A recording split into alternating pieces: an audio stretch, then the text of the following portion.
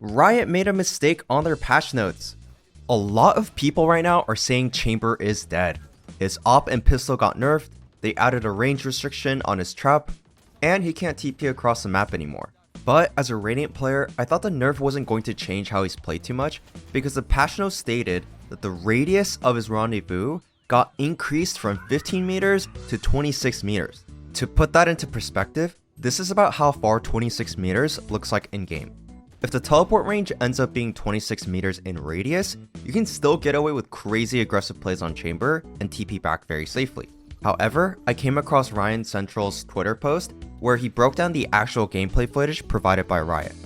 If we look at the range on the teleporter setup in Hookah, the range only extends to the edge of the box inside Hookah. If we go in-game and stand at the same edge of the box, we can confirm that the range on the new teleporter has a 13 meter radius. What Riot probably meant was a new teleporter has a diameter of 26 meters.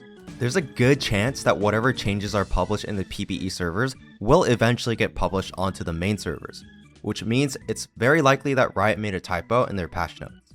If Riot keeps the teleport range as it is inside the gameplay footage, I personally think it'll force Chamber players to adapt to a more hyper-aggressive playstyle.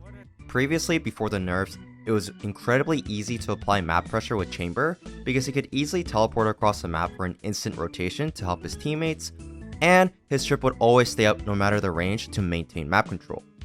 Now, however, since he can't get value with his teleporter in the way that he used to, I think Chamber players will have to take advantage of the fact that he no longer has to put a second teleporter down before he peaks.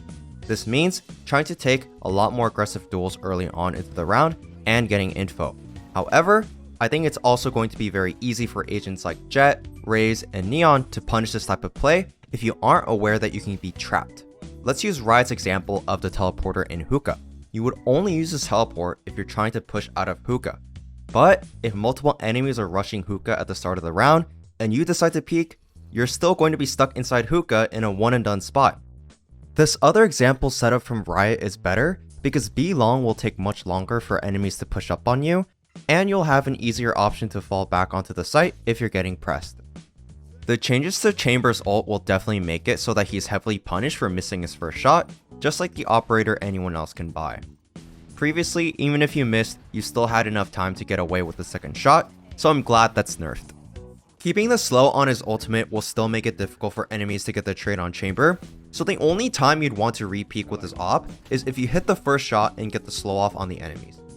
You used to be able to spam 3 shots very accurately with his pistol, so I'm thankful Riot is increasing the bullet spread after the first shot.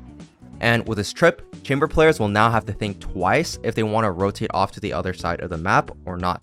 And it will also limit how early his trip can spot a flanker, unless he decides to play further back and keep his trip activated. I personally think we'll be seeing a lot more Cypher and Killjoy being played in the future, because the changes limit the types of setups Chamber can have to hold down a site, and his trip essentially has the same function as a KJ alarm bot.